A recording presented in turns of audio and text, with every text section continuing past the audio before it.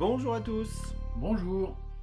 Nous allons aujourd'hui vous parler de quelques éléments universels concernant l'année 2025, à la fois en astrologie Tout à fait. et en numérologie. Qui commence? La numérologie, c'est ta chaîne en plus. Donc, D'accord. On va commencer par quelques généralités. Tout d'abord, 2025, c'est une année universelle.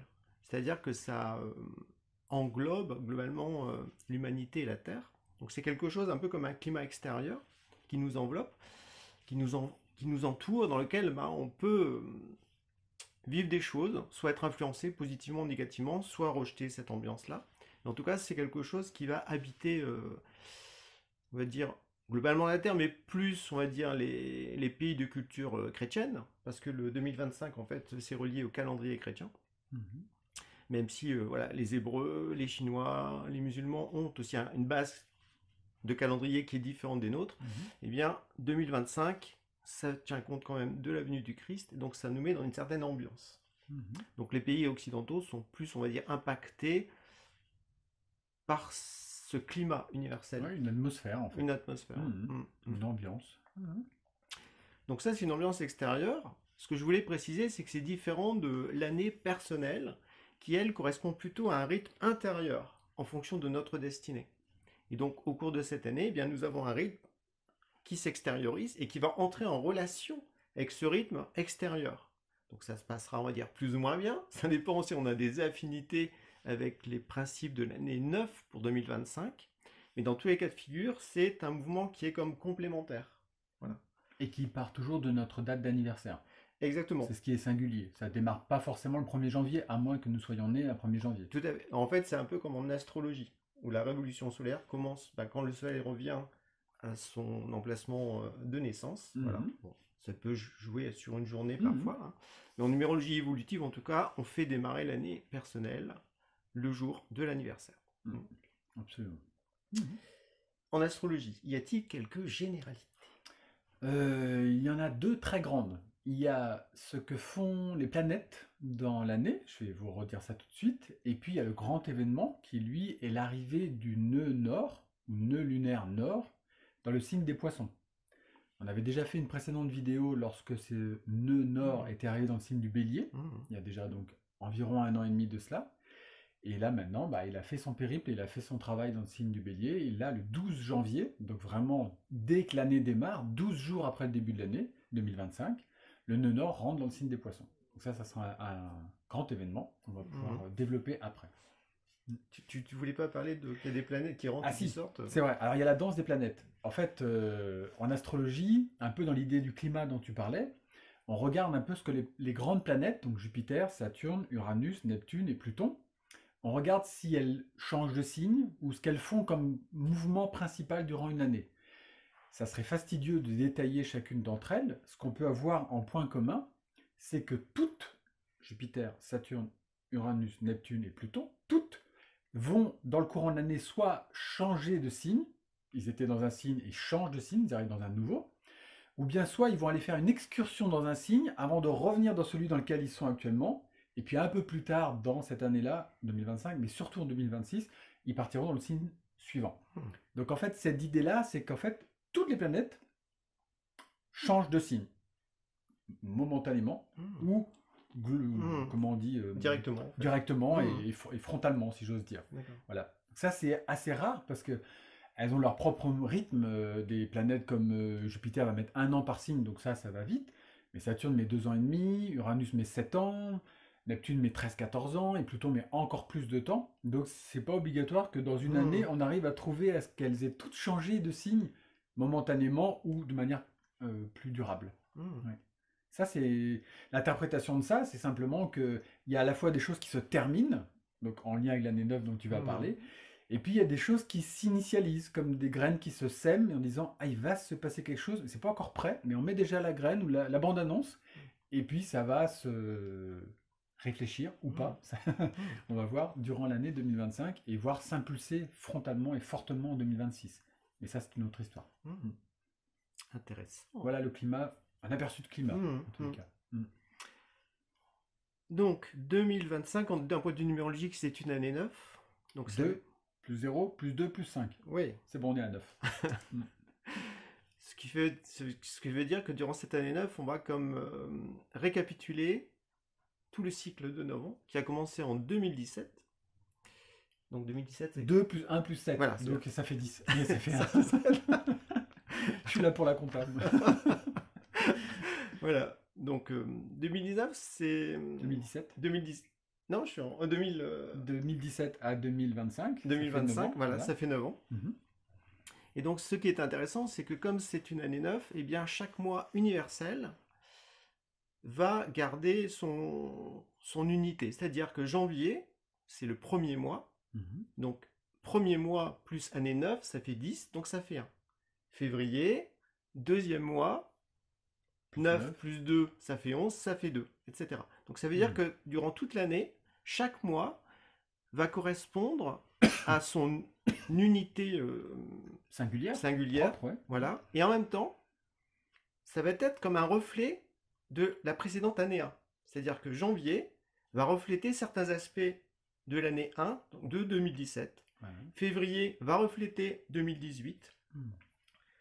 Mars 2019, etc. etc. Voilà. Et donc c'est intéressant d'avoir ça en mémoire. Et ce qui fait que quand on va arriver en septembre 2025, eh bien ça va récapituler les 9 mois qui viennent de passer.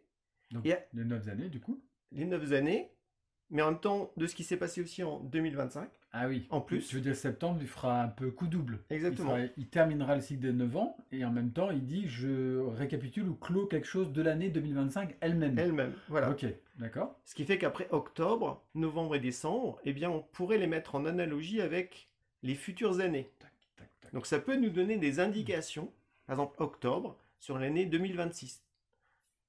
2027 pour novembre et 2028 pour décembre. D'accord. Ce qui fait que octobre, novembre, décembre, on rentre vraiment dans le futur d'une certaine façon. Voilà.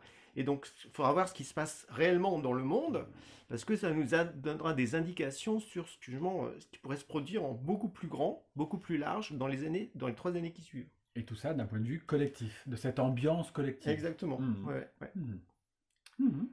Donc ça, c'est bien d'avoir ce canevas là, des 12 mois. Et en même temps, cette année 2025, elle commence un mercredi, donc le jour de Mercure. Et ce qui est intéressant de constater, c'est que en 2020, 2020, pardon. En 2020, eh bien, c'était aussi un mercredi. Or, en 2020, eh bien, il s'est passé un certain nombre de choses. La crise Covid planétaire. La pandémie. Pandémie, voilà. C'est ça. Les confinements, donc les restrictions, l'enfermement, en fait, voilà. Donc, abusif, évidemment. Une vaste manipulation mondiale. Et donc, ça veut dire que, si on fait le pont avec ce que je viens de vous dire, le mois d'avril, qui reflète l'année 2020, 2022 et de 4. Ça fait 4. Avril, 4e mois. Voilà, eh bien, ça pourrait nous donner des indications assez fortes. Voilà. C'est là où il y a la Pâque, cette année. Voilà, donc naissance de mort et de résurrection, de passage à vivre, parce que Pâques, ça veut dire ça, passage. Voilà, donc il faudra être attentif par rapport à tout ce qui se passe à ce moment-là. Et donc le mercredi, dans ses principales caractéristiques, qui sont là reliées, on va dire, à Mercure, donc en astrologie, eh bien, il y a le fait de s'adapter à de nouvelles conditions. Parce que Mercure, lui, voyage d'un monde à l'autre. Le dieu Mercure voyage d'un monde à l'autre. C'est même le seul. De tous les dieux, c'est le seul qui peut naviguer dans tous les mondes existants. L'Olympe, l'Hadès, le monde de Poséidon, Neptune. Il est le seul. Aucun dieu, par exemple Zeus, qui est le roi des dieux, n'a pas le droit de descendre dans le monde d'Hadès. Parce que c'est le royaume de son frère, il n'a pas le droit d'y aller. Sauf peut-être une invitation spéciale, mais il n'a pas le droit d'y aller. Mercure a la particularité, il peut aller dans tous les mondes existants. Et bien sûr sur Terre, dans la mythologie. Donc, d'où la notion de voyage aussi entre les 8 années qui viennent de passer, le rapport avec aujourd'hui et le futur. Donc, cette notion de voyager d'un monde à l'autre, ça veut dire, ça nous invite au fond à faire preuve d'une souplesse de pensée, à voir les choses autrement, à nous adapter à des choses nouvelles, mais à bien aussi percevoir ce qui s'est passé dans le passé pour ne pas le reproduire, et en même temps s'ouvrir au futur. Donc, il y a tout au niveau de la pensée, eh bien, il y a un questionnement à avoir, du discernement, en fait, une vivacité de pensée, faire preuve d'intelligence, se poser les bonnes questions face à tout ce qui se passe, pour comprendre vraiment, eh bien, l'enjeu dans le monde, dans la société, puis aussi dans nos vies. Donc, Mercure, de ce côté-là, souvent, hein, que ce soit une année personnelle ou une année universelle, Mercure indique qu'il y a des grands choix à faire. Donc quand ça se passe à mercredi, tu veux Quand dire. ça se passe à mercredi, il y a des grands choix à faire, des grandes décisions à prendre, qui vont en fait avoir un impact sur les années qui viennent. D'où le fait de rester conscient de soi, d'utiliser son libre arbitre, de ne pas se faire manipuler, de y voir clairement ce qui se passe dans le monde, pour faire les bons choix, des choix en notre âme et conscience, comme on dit, avec le cœur, en incluant aussi le bien, l'humanité, plein de choses en fait. Et Mercure, en astrologie, c'est le maître du signe des Gémeaux et le maître du signe de la Vierge.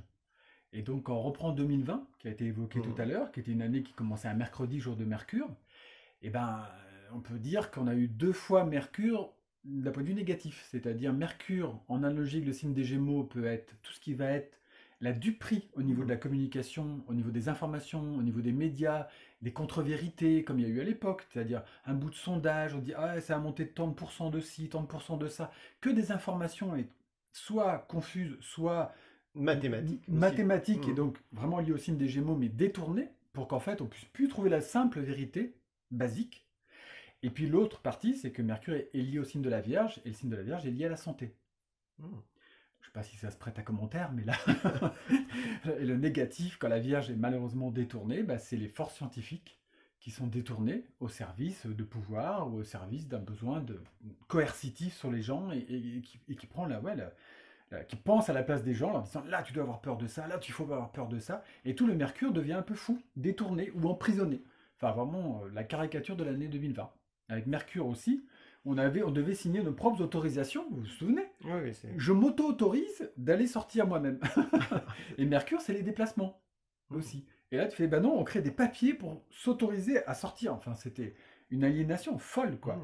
Et voilà, ça représentait un Mercure fou, si vous me permettez l'expression, et entre guillemets.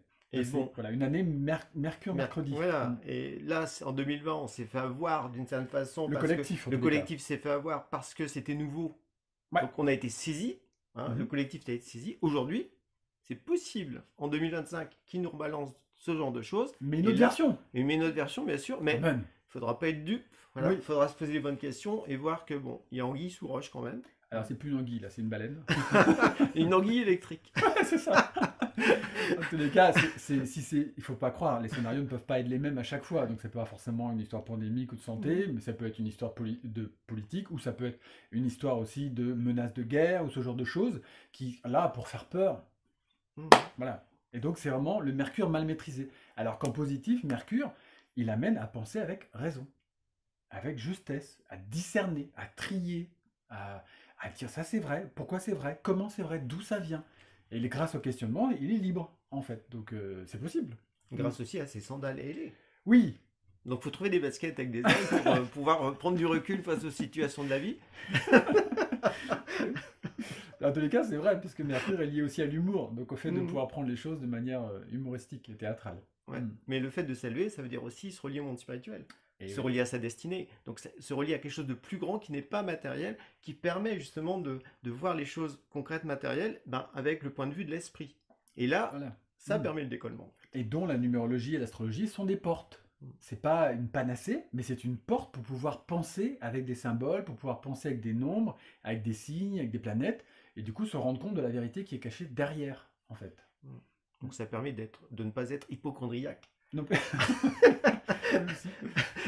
Parce que quand tu parles de vierge qui tient à son corps et tout, en fait d'un seul coup le moindre truc prend des proportions énormes parce qu'il n'y a plus de raison saine en fait. Voilà.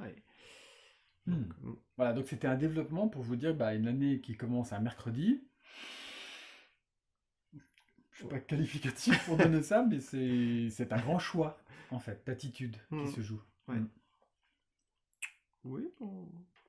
Puis, Mercure, c'est aussi relié à la communication et donc aux amitiés. Et là, on peut faire un pont aussi avec un des aspects du cycle de 9, à l'année 9, qui est justement la dimension fraternelle, où justement on peut faire des choses ensemble, en groupe, s'entraider à mieux comprendre les situations et à progresser ensemble. Mais ça sera pour après. Parce que chaque chose en son temps, on ne va pas tout dire d'un coup, quoi. Et aussi, dans l'esprit de ce que tu disais là, par rapport à la notion d'amitié véritable derrière, c'est que, je vous disais, les planètes vont toutes faire des excursions cette année dans un signe voisin, par exemple. Et Uranus, qui vient de passer qui est en train de terminer un cycle de 7 années, 7 années pardon, dans le signe du Taureau, et ben là, du 7 juillet au 7 novembre, il va aller dans le signe des Gémeaux, qui est le signe d'à côté, le signe justement qui est en lien avec ce qu'on a évoqué tout à l'heure, y compris la communication, mais aussi les amitiés, les vrais rapports égalitaires entre les gens, ou les rapports alors fraternels, c'est un très grand mot évidemment, mais au moins amicaux et respectueux, à minima. Voilà, donc il va faire une petite excursion pour dynamiser. Puis Uranus, il est quand même dans le fait de... Ça peut être surprenant, on peut avoir des prises de conscience fortes, donc ça touche aussi à un côté mercurien, où d'un coup on découvre un autre monde, et on voit la vie autrement, ce qui fait que ça entraîne des remises en question, mais en même temps c'est joyeux, on s'adapte en fait à de nouvelles conditions de vie. Oui, et du coup on va voir ses amis autrement aussi. C'est-à-dire on va voir ceux qui sont les amis, les copains, et ceux qui sont les alliés. C'est pas pareil, en fait. Ok, voilà pour le mercredi. Voilà.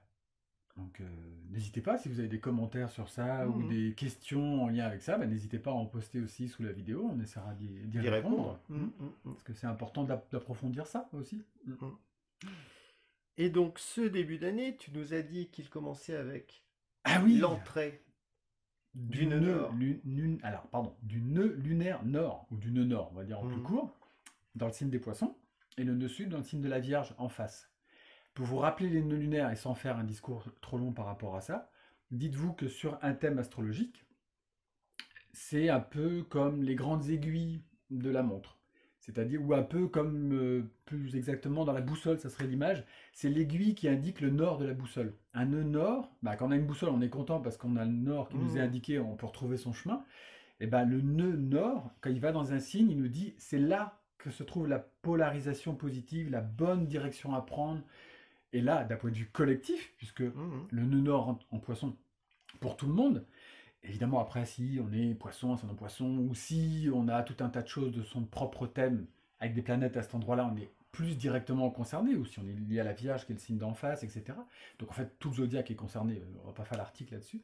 Mais dès que le nœud nord, ou l'aiguille de la boussole arrive dans un signe, elle dit, voilà, la grande priorité, c'est celle-là. C'est ce signe-là qui devient fondamental, qu'on soit après né sous le signe des Poissons ou pas, vous l'aurez compris. En fait. Et donc c'est le 12 janvier prochain, donc une dizaine de jours après le début de l'année, que le nœud nord rentre en Poisson. Et je vais caricaturer le propos, c'est-à-dire qu'on va à ce moment-là se dire s'il y a un nœud nord, une bonne direction, ça veut dire qu'il y a un nœud sud, et ça veut dire qu'il y a quelque chose à lâcher. Parce que souvent dans les interprétations, on s'amuse à donner autant de plus et de moins dans le nœud sud que de plus et de moins dans le nœud nord. On pourrait, et ça serait peut-être un propos à développer, mais là, en l'état, il faut être beaucoup plus clair que ça. Il faut pouvoir lâcher quelque chose, puisque c'est une année 9, on doit terminer aussi quelque chose.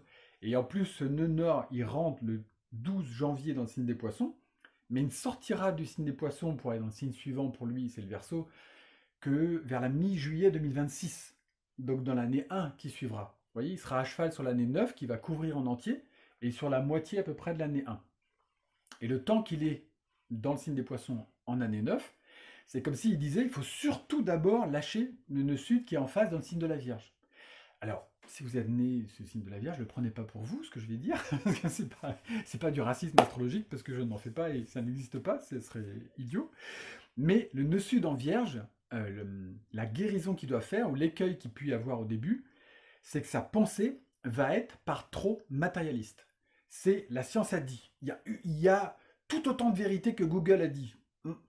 Il y a dans ce détail-là, dans ce chiffre-là, dans ce mot-là, comment je pourrais dire ça C'est comme des définitions un peu étriquées. Voilà, c'est ça. Tout est restreint à quelque chose. Et au lieu d'avoir une vérité beaucoup plus universelle, on a des dogmes. On a, oui, mais il y a un tel qui a dit, il y a lui de droite, lui de gauche, pour parler de politique, il y a, oui, mais lui, il a dit que l'homéopathie, ça marche pas, mais l'autre, il a dit c'est la vaccination. Enfin, c'est que les débats contradictoires qui se basent que sur des données cérébrales, intellectuelles, scientifico-matérialistes. Et l'adage absolu du nœud sud en Vierge en négatif, c'est la preuve. J'ai besoin de preuves. Il me faut des preuves. Mais des preuves au sens, c'est une preuve. Oui, ça existe parce que j'ai touché, donc j'ai une preuve. Mais c'est des preuves qui sont trop lourdes. C'est pas des preuves qu'on ressent avec le cœur. C'est pas une preuve, sensible, qualitative. C'est juste, c'est comme ça. Voilà, il y a quelque chose de trop péremptoire, en fait, dedans. En même temps, des fois, on donne les bonnes preuves, puis la personne, elle veut pas les entendre parce que elle est bloquée dans ses croyances Absolument. et elle dit non, ça correspond pas à mes idées, donc on écarte, alors que Oui. c'est vrai. Oui. En plus, voilà, donc on peut voir le contraire. Mais en fait, c'est vrai que dans le signe de la Vierge, en négatif, tout serait mis en case. Donc, si moi, ma croyance par l'éducation, par Jacques Addy, par je sais pas quoi, on Par m'a les dit qu'on médias. devait penser comme ça, par Mm. les médias, par Google, puisque bon, bah voilà, le dieu de la pensée aujourd'hui, enfin, vous comprendrez bien que c'est ironique, bah c'est Google, et bah lui, il dit c'est comme ça, il dit, bah non, nous, on l'a vécu, nous, dans des formations, dans des consultations, des choses comme ça, où des gens disent, ah bah ce que vous dites, c'est vrai, je l'ai vérifié sur Google. Bah, bah voilà, ça serait, pardon du terme, une sorte de maladie typiquement de Sud en Vierge. C'est-à-dire la vérité provient de l'informatique, des IA, hein, qui sont en train Mm. de gagner du terrain, ou de dogmes, de croyances qui sont toutes, hum, j'ai pas un mot exact pour ça, mais oui, fermées, enfin, Mm. voilà, rigides. Et en fait, au bout du bout, c'est le nœud Sud en Vierge, il s'assèche au niveau de sa pensée. Il peut même plus vraiment s'émerveiller, il est trop dans un gros mode de fonctionnement, il faut que ça marche, il faut que mon activité marche, il faut que je résolve ça. Vous voyez, tout est en cérébral, matérialiste, utilitaire. Voilà. Donc, un nœud sud dans le symbole, c'est une petite vase comme ça, un petit vase un peu dans cette forme-là, donc il contient quelque chose qu'il faut pouvoir lâcher. C'est pour ça que les 9 premiers mois de l'année dont tu parlais sont bien en rapport avec ce nœud sud, là, dans le sens de dire bah, quelles sont les habitudes, les croyances, les limites que j'ai, et que, en analogie avec l'année, bah, premier mois de l'année, Mm. l'année 2017, donc l'année 1, enfin, c'est une vraie recherche en fait hein, qu'on peut faire. Bah, il faut pouvoir lâcher ça, il faut pouvoir aussi lâcher ça, et ainsi de suite. En fait, les 9 premiers mois, c'est un peu comme vider le vase Mm. d'une sud en vierge, pardon. Mm. Pour dire ça comme ça. Et le nœud nord en poisson, c'est un autre monde. C'est pas pour rien que les signes sont opposés, parce qu'ils sont opposés dans le sens, bon, peut-être en négatif oppositionnel, mais en positif, en complémentarité. C'est-à-dire qu'en fait, le nœud nord en poisson, c'est un symbole de deux poissons, un qui descend, un qui remonte. Mais regardez celui qui monte là dans l'image.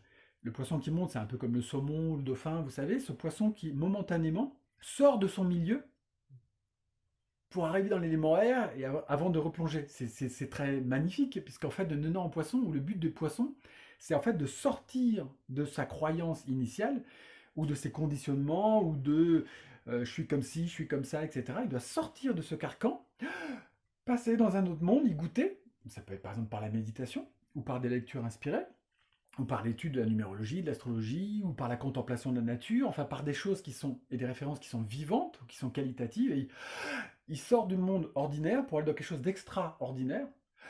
Ah, mais ça existe. Ah ouais, mais la vie, elle est là, la beauté, elle est là, la foi, elle est là, l'esprit est là, le cœur est là. Et ici, il ressent ça, eh ben, ça doit le renforcer. Et après, bah, ça donnera de la force pour pouvoir transformer ce qu'il a à transformer. Mais on peut dire que le nœud nord en poisson, en fait, c'est une sorte de quête de foi ou d'émerveillement dans le sens je veux pouvoir vénérer et être touché par quelque chose qui est non commun, qui n'est pas habituel, qui n'est pas ordinaire, qui n'est pas uniquement des visions fatalistes du monde où on va tous finir mal, etc. Mais au contraire, je voudrais toucher quelque chose qui soit efflorescent, sensible, en fait. Donc un nœud nord en poisson, c'est relié à ça. C'est relié à une quête de foi. Et ça demande de faire un passage entre ce que l'on connaît, vous voyez, au sens où je connais avec ma tête, et puis j'ai des certitudes qui sont tellement fortes qu'elles se sont mises sur mon cœur, et puis finalement elles pilotent ma volonté, et finalement aux 3 étages de mon être, bah, je me retrouve un peu coincé parce que je suis trop sur un fonctionnement passé ou conditionné, alors que le nonant en poisson, il dit, je t'invite, tu veux ta vie, tu veux passer à autre chose, bah fais-le, mais vraiment avec un appel du cœur, un appel de foi. Et moi, ça me Voilà. fait penser le passage de la croyance à la foi. Parce qu'on Mhm. est plein de croyances avec nos conditionnements, éducatifs, familiaux, religieux, même spirituels si c'est ancien, tout ça, voilà. Mhm. Et en fait, on est cloisonné là-dedans parce qu'on est rassuré, Mhm. mais en même temps, ça nous enferme. Mhm. Et en même temps, là, c'est comme s'il y avait, ok, allez, je lâche un bout de ça pour m'ouvrir à quelque chose qui va peut-être me déstabiliser, mais comme le mercredi avec Mercure est là, on va se réadapter, Mhm. voilà. Et on va découvrir que la vraie foi, c'est pas une croyance qu'on m'inculque de l'extérieur, mais que ça vient de l'intérieur. Mhm. Ça correspond un petit peu au mouvement que j'ai dit là, année personnelle et année universelle. Mhm. C'est comme si les croyances, elles nous impactent en disant c'est comme ça, c'est pas autrement, puis on y croit ou Comme les pas. médias et Comme tout les ça, médias, tout voilà. ça, voilà. Mhm. Alors que de l'intérieur, la foi fait qu'on vit des expériences intérieures et on se dit ah ben non, je vois la vie autrement, je vois mes épreuves, les défis, enfin tout ce que je traverse, je vois autrement. Et là, je sens qu'il y a quelque chose de plus vrai, de plus subtil, Mhm. de profond, Mhm. qui me relie à ma destinée de ce fait. Mhm. Oui, et là, ça correspond bien à la phrase qu'avait donnée Malraux, mais que d'autres penseurs avaient développée aussi, en disant le 21e siècle sera spirituel ou ne sera pas. Eh ben, c'est ça. Ah, c'est comme si on disait cette espèce de phrase un peu prophétique qui lui appartiennent à lui, Malraux, ou à d'autres qui avaient pensé dans le même esprit, comme Bernanos aussi, etc. En fait, on pourrait dire c'est le moment. Quand on parle du 21e siècle, on arrive au premier quart on a 25 ans, donc ça veut dire on est au premier quart du 21e siècle. C'est un peu là que ça se joue aussi, hein, c'est un peu au démarrage, un peu comme une course, c'est un peu au démarrage. Est-ce qu'on répond au fait que ce siècle puisse devenir spirituel ou que une vraie spiritualité recouvre sa place, retrouve sa place en l'être humain ou pas? On va dire qu'elle le fasse, en tous les cas, c'est l'espérance qu'on puisse avoir. Et ça démarre par un combat ou par un effort. Parce que le 12 janvier, le nœud nord rentre dans le signe des poissons, et dans le ciel, le 16 janvier, donc à 4 jours près, le Soleil et Mars forment une opposition comme ça, très intense, comme très agressive, tendue. Comme s'il y avait des forces un peu matérialistes ou des forces agressives, en tous les cas, qui disent ah ben non, la foi c'est n'importe quoi, aller méditer, qu'est-ce que ça va changer et quand même j'essaie de méditer, je m'endors, ou à quoi bon, quoi, en fait. Et non, ce combat-là, en fait, il est figuré dans l'opposition Soleil-Mars, mais en fait, c'est un combat par rapport à soi-même.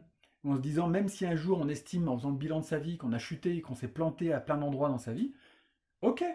Et alors, est-ce que je peux guérir de ça? Et un nœud nord en poisson, le signe des poissons, il est la guérison. Il n'est pas lié à la santé.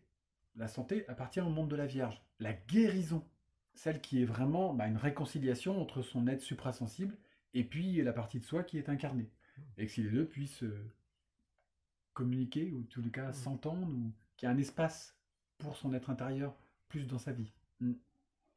Par rapport à ce que tu dis, c'est comme si le principe de la santé, c'est directement relié au corps physique. Oui. Et donc c'est comme si dans la Vierge négative, l'être humain est identifié à son corps physique. Oui, d'où le transhumanisme, et je préfère appeler infrahumanisme, mais bon, tous ces genres de choses qui disent dans ton corps, on pourra le réparer, on pourra faire ce qu'on veut, on peut le transformer comme on veut. Ouais. On va mettre des puces, tout ça. C'est déjà en route. Donc, voilà. Alors que dans le poisson, il y a, ok, souviens-toi de l'esprit, tu as aussi une psyché, et dans ce fait-là, et là, il y a un lien avec le corps. C'est ça. Et on retrouvera après, en tous les cas, si je puis me permettre de donner cette citation, mais du Christ qui disait souvent, va, ta foi t'a guéri. Il disait pas, va, c'est ton médecin qui t'a guéri. C'est pas le docteur. Enfin, il peut participer, bien entendu. Mais l'adage était relié à la vertu des poissons. Une foi qui guérit, en fait. Une foi, une réconciliation, enfin, trouvez le mot qui vous correspond. C'est forcément une force liée au pardon. Puisque le nœud nord en poisson, quand il va rentrer dans le signe des poissons, la première planète qu'il va rencontrer sur son chemin, c'est Neptune. Et Neptune est la planète du pardon. Donc, c'est comme s'il donnait un peu la clé majeure. Et après, il rentrera en relation avec Saturne qui lui parle de la responsabilité. Et après, il rentrera en relation avec Vénus qui lui parle de l'amour et de la beauté. Un vaste programme. Mais c'est possible. C'est comme si ça montrait que la guérison de ses propres blessures ou de sa propre coupure avec sa source ou de sa coupure avec son idéal, chacun trouvera après sa formulation, et puis être guéri, ou du moins que ce chemin de guérison, il y a quelque chose où on est rentré dans ce chemin de manière effective, quels que soient les efforts que ça demande encore après. Et de toute manière, ça continuera encore sur 2026, donc dans l'année 1, donc il y a sûrement des clins d'œil par rapport au futur, par rapport à d'autres sujets qu'on va pas aborder là, mais... Et ça, c'est un discours qui est quasiment aux antipodes du climat général matérialiste qui, lui, nous dit de toute manière, c'est la guerre, ou les conflits, ou les désordres politiques, enfin bref, tout fout le camp, ce qui, d'un certain point de vue, est pas faux. Mais pourquoi ? Pour qu'on puisse aller retourner vers l'essentiel. Donc le nœud nord en poisson, c'est ce qu'il défend. Il dit l'essentiel est invisible pour les yeux, pour paraphraser Saint-Exupéry. Donc c'est là que ça se situe. D'où le fait d'accepter de porter un nouveau regard sur la vie, sur sa propre vie, voilà, Par les bilans. par les bilans, Mhm. et que ça va bien avec justement l'année 9, Mhm. qui demande au fond une sorte d'accomplissement. En fait, un des points clés du 9, c'est l'accomplissement, mais on peut le voir sous deux formes. Il faut finir des choses qu'on a commencées à tout prix. Donc là, hop, on Voilà, on a termine. fait des formations, on a un projet, il faut à tout prix l'aboutir, Ok. voilà, pour ne pas En être tous les cas, une partie ou parachever quelque chose, en tous les dans cas. l'idéal, il faut vraiment le finir. Tout court. Ouais, il faut Ok. vraiment le finir. Parce qu'en fait, c'est comme si on bouclait quelque chose d'essentiel. Bon, je parle d'un projet qui est en lien avec notre destinée, hein, voilà. Oui, oui. Et qui est important parce que ça pose une pierre et après on va pouvoir s'ouvrir à autre chose. Mhm. Donc à la fois, il y a ça, le fait d'aboutir quelque chose d'important par rapport à notre destinée. Et de l'autre aspect de l'accomplissement, c'est tout est accompli. Et donc au fond, je tire des bilans des 9 années qui viennent de passer pour en tirer une sagesse. Ce qui fait que là, ça me permet de m'en détacher au niveau de la forme. C'est-à-dire qu'il y a une extraction. C'est comme s'il fallait lâcher un côté nœud sud en vierge. On lâche la forme, Ouais. le corps Ouais. de ce qu'on a vécu, Les preuves. les Voilà. preuves, voilà. Mais en fait, on est attaché au décor, en fait, ou au corps. Et alors que la quintessence, c'est on a compris pourquoi on avait vécu ça, d'un point de vue de la destinée, d'un point de vue spirituel. Et là, bah, ça nous fait comprendre que la vie a du sens.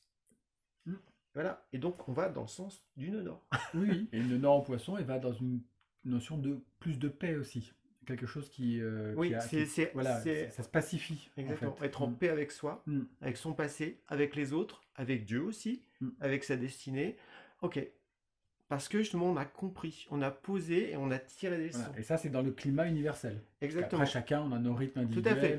Donc, Ok. c'est en fait cette année nous invite effectivement par rapport à tout ce qui s'est passé concrètement à l'extérieur, de tirer des leçons pour voir l'impact que ça a eu sur notre propre vie, pour justement être plus sage pour la suite. Donc ça, c'est le premier point. Le deuxième point, c'est que le 9, il invite à s'ouvrir des valeurs universelles. Donc sortir de son point de vue étriqué, trop perso, trop matérialiste, tout ça, pour se dire, ok, je vais essayer de voir la vie avec beaucoup plus de vastitude. Et donc, c'est comme si on était dans un climat où on pouvait apprendre à penser autrement. Voilà, parce qu'on a souvent une façon de penser, et là, on peut essayer de s'ouvrir à d'autres points de vue, en fait. Et ça peut être très riche, donc ça peut aussi élargir notre vision de l'être humain, de la destinée, de la vie sur Terre, de la planète, voilà, du monde spirituel, tout ça. Parce qu'il y a cette facilité, au fond, à se relier à des valeurs qui sont plus grandes. Donc les valeurs universelles, à la fois, c'est des connaissances, mais c'est des idéaux, comme l'amour, l'harmonie, la liberté, etc. Qu'est-ce que ça veut vraiment dire? Et est-ce qu'on peut les vivre à notre mesure, chacun, voilà. En tout cas, il y a ce climat qui sera là, qui nous enveloppera. Et ce qui correspond bien au nœud nord en poisson. Puisqu'en fait, le nœud nord en bélier précédemment, il terminait tout un cycle, parce que les nœuds lunaires fonctionnent d'une certaine manière un peu à l'envers au niveau du zodiaque. Donc il a terminé par quelque chose de très individualisé. Le nœud nord en bélier, c'est qui je suis, mon identité, ma force, etc. Et le nœud nord en poisson, le signe des poissons fait partie des signes qu'on appelle collectifs, dans le sens où... de toute manière, même si j'existais moi, et si je m'accomplissais moi, si je ne m'accomplis pas avec les autres, ou en service, ou du moins en effort de se tourner ou de partager avec les autres, ça n'aurait pas beaucoup de sens en fait. Et c'est pour ça que des qualités de compassion, des qualités d'empathie, des qualités de cette nature-là sont liées au signe des poissons. Et le signe des poissons, effectivement, parle de universaliser sa pensée. Il n'y a pas que ma vie à moi. Il n'y a pas que ma vie à moi, ou en couple, ou en famille, ou je sais pas quoi. Il y a ma vie dans un grand ensemble. Et donc, comment je participe à cet ensemble? À ma mesure, en fait. Mais avec mes valeurs. Des valeurs du cœur, des valeurs plus universelles, ou plus morales aussi. Beaucoup. Voilà, donc, comme tu as évoqué l'intégration du nœud nord en bélier, où on s'est saisi davantage en tant qu'esprit, un des aspects de la D9, c'est le don de soi. On va donner le meilleur de soi, mais non pas pour sa gloire personnelle, pour être reconnu, non, pour offrir aux autres quelque chose qui va les aider. Donc ça peut se faire dans la créativité, ça peut se faire dans des expériences de groupe, ça peut se faire dans des actes de service, ça peut être dans le fait de prendre soin de la nature. C'est qu'est-ce que je peux donner, parce qu'en fait en donnant, on va faire de la place en soi pour accueillir le futur, le nouveau. Mais il faut donner, il faut se dire, est-ce que je suis dans le don vraiment, un don sincère? En tous les cas, l'effort. L'effort, en fait. Voilà, c'est ça. On apprend, c'est un apprentissage. Mais il y a vraiment se dire, voilà, qu'est-ce que je peux offrir de meilleur que j'ai comme conquis au cours de ces 9 années pour l'offrir à mon prochain, à l'humanité, au fond, pour participer à son évolution. Et ce qui fait que ça peut aussi pousser, durant cette année 9, à essayer de vivre des expériences de groupe autrement. Mhm. Donc d'où cette notion de solidarité, d'entraide, de respect des différences, mais en même temps d'être comme focalisé autour d'un idéal commun, d'une noble cause, qui nous dépasse en fait, et qui va nous permettre de nous transcender. Mhm. Et de ce point de vue-là, du coup, c'est pas du tout une démarche de thérapie. Mm. C'est important parce que on parlait de la santé physique tout à l'heure avec le monsieur dans Vierge, mais il peut y avoir aussi une certaine forme de santé un peu psychique ou thérapie, ça dépend un peu comment on l'appelle. Et celle-là, la finalité ou la finalisation est souvent en lien avec la question du bonheur. Il suffit de regarder les livres dans le développement personnel, combien de fois le mot bonheur revient, c'est incroyable. Mais du coup, ça veut dire comme implicitement, il faut être honnête, mon bonheur à moi, personnellement à moi. Et là, le nœud en poisson, il dit, mais non, de toute manière, encore une fois, si même moi j'arrivais à un équilibre, ou à m'épanouir, ou à je sais pas quoi, à guérir, je ne sais pas quoi, si j'ai pas partagé aux autres, si c'est pas au service d'autres, que je connais pas forcément les gens à côté de chez moi, ou ma famille, ou un petit groupe d'amis, ou je sais pas quoi, mais si ça profite pas à plus, ben, il manque quelque chose. Et le nœud en poisson incite à aller dans cette dimension-là. En fait, c'est juste une réconciliation avec sa nature spirituelle, ou son étoile intérieure en astrologie, ou voilà, on pourrait parler de la vibration, je ne sais pas, enfin, je sais pas quel est le bon terme à employer, quoi. En tout cas, une année 9, ça nous invite toujours comme à sacrifier un bout d'égoïsme. Donc un bout de nombrilisme. C'est comme là. Et pour se dire au fond, voilà, je fais partie de l'humanité. Parce que imaginons qu'on soit focalisé que sur son petit bonheur, mais si tout autour de soi c'est la déchéance, la guerre et tout, est-ce que vous pensez que ça va tenir? Bah, pas du tout. Alors que si on se dit, voilà, en moi j'ai des forces, j'ai des valeurs, et c'est ça, je vais les partager avec d'autres, eh bien, ça donne beaucoup plus de sens à notre vie. Ouais. Et donc, ça permet de ce fait de boucler aussi avec deux autres aspects encore de l'année 9. Le premier, c'est la récolte. On récolte ce que l'on a semé depuis 2017 dans le monde. Mais nous aussi en interaction avec ce monde. Voilà, qu'est-ce qu'on a semé? Et donc, l'année 9, c'est aussi une année karmique, comme l'année 8. Et donc, il y a les retours. Donc, il peut y avoir beaucoup d'émotions, il peut y avoir beaucoup de chamboulements, parce que on va être mis face aussi à des choses qui peuvent nous déranger, qu'on a mis de côté, puis là, ça va jaillir très fortement. Mais positivement aussi, la récolte, c'est tous les fruits, tous les efforts, tout le bien accompli, eh bien, on peut aussi en bénéficier d'une certaine manière vers quelque chose de plus grand. Donc ça ouvre une porte sur le futur de ce fait. Un futur de bien, un futur plus humain, plus fraternel, plus libre, plus aimant, voilà, plus harmonieux, mais ça demande des efforts. Voilà, faut pas, si on est là, on attend que tout ça se passe, on va récolter, ouais, mais c'est surtout les autres qui vont nous, on va dire, nous influencer, parce que le danger de l'année 9, c'est une très grande influençabilité collective, extérieure. Et que si on ne pense pas par soi-même, si on ne se saisit pas, si on ne veut pas donner, alors là, on peut vraiment se faire submerger. Et ça peut être... Donc au lieu que ce soit une pensée qui s'universalise et qui s'élargit, ça devient en fait la pensée collective qui dicte quelque part la direction aux gens, quoi. C'est la pensée unique, en fait, qui te dit, tu dois penser comme ça, tu dois faire ça, et si tu fais pas ça, attention. Et puis, voilà, donc là, il y a l'emprisonnement qui peut être très très fort si justement on ne saisit pas son libre arbitre, sa conscience pour offrir le meilleur de soi aux autres, en fait, à l'humanité. En tous les cas, faire l'effort. Parce qu'en même temps, s'il en met la barre trop haute, c'est aussi le nord en poisson, c'est trouver la bonne graduation. Parce que si on se dit, ouais, je vais accomplir ci, ça, tu fais, oh, mais c'est trop. Non, réalistiquement, ça n'existe pas, mais bon, c'est un mélange franglais. Mais de manière réaliste, voilà, en l'état de la somme de ce que je suis du passé, dont j'ai tiré les leçons et avec laquelle je me pacifie et que je me guéris, je me soigne, mais je me guéris. Bon, au prorata, du côté de mes qualités, de mes forces, dons, aptitudes, celle-là, oui, elle est peaufinée, elle est prête, et il faut qu'elle soit offerte. C'est comme une graine, hein, si elle est mise en terre, elle donne une plante, un fruit, etc. Donc c'est intéressant. Si elle est gardée dans un pot pour être conservée, dans le formol, ça marche pas, en fait. Donc là, c'est ce choix. Le nord en poisson aussi, il indique, est-ce que je vais pouvoir donner, mais à la mesure de ce que je porte, sans se mettre à rêver au plafond de je suis plus, je sais pas quoi, que je suis, mais sans non plus rester sous cette pensée unique et tout minimaliste, quoi. J'aurais tendance à dire que généralement, si on fly, comme on dit, c'est parce qu'on n'a pas une connaissance claire du passé. Parce que si on a été confronté à la réalité, qu'on a tiré des leçons, eh bien, on a vu quelles sont les qualités qui marchaient, nos erreurs et tout. Donc, on est beaucoup plus réaliste Et plus pacifié. et plus passif aussi, voilà. Mm. Et ce qui fait qu'on peut voir ce qui est à notre mesure, mais ok, ça va être un peu plus haut que notre niveau ordinaire pour nous transcender, mais c'est atteignable.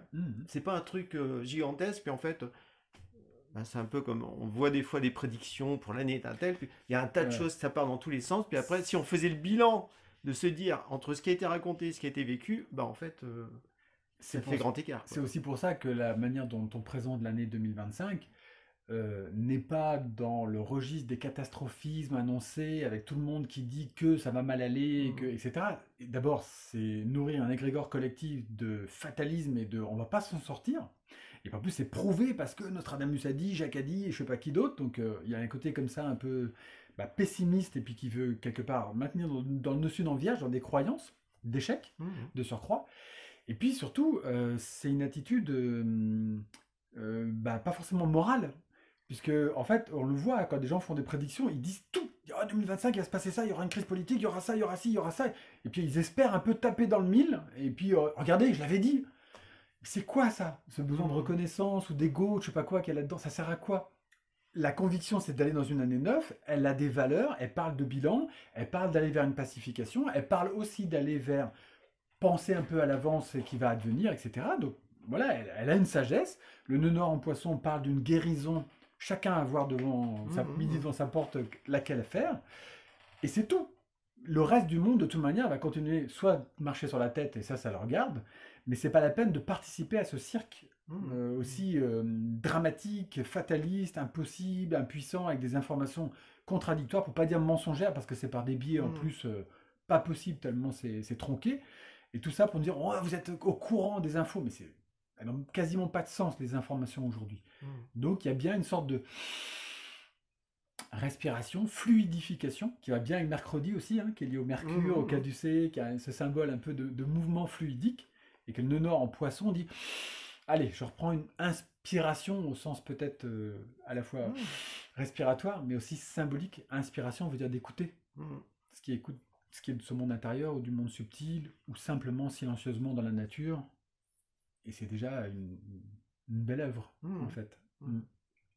Et donc, ces éléments-là, nous avons concentré une partie de ce qu'on a dit dans une création commune. Donc, nous sommes co-auteurs avec une troisième co-autrice, qui est Véronique Levacon, qui pour la partie naturopathie, vitalisme, santé, remède, etc. Donc, toi, bien sûr, pour la partie numérologie, et moi pour la partie astrologie, c'est logique.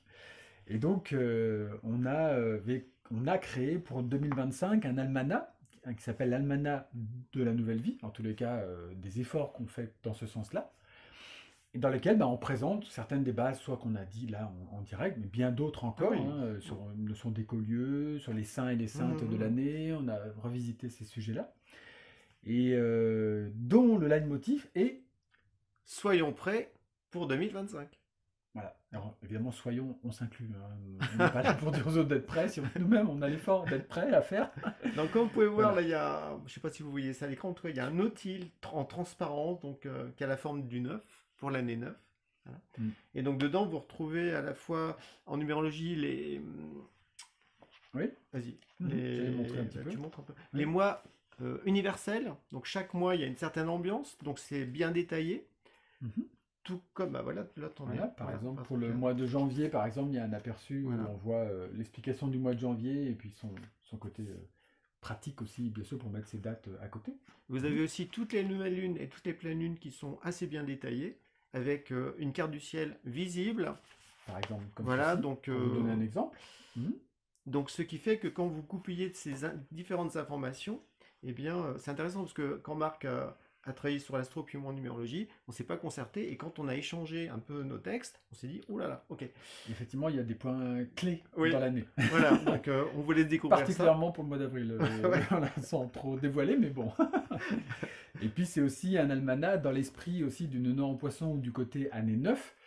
On a intégré aussi de rendre hommage à des gens qui ont été créateurs pour plus que eux. Donc on a rendu hommage à des gens comme Victor Hugo, comme Édouard Bach pour les élixirs floraux, comme Elisabeth Kubler-Ross pour toutes les phases de deuil, pour Gita Malaz, Gita Malaz, voilà, voilà. pour le dialogue Dialogue avec l'ange, avec l'ange. Rudolf Steiner. Rudolf Steiner. Certains ont leurs anniversaires, soit en centenaire, soit 140 ans, soit mm. voilà, de décès.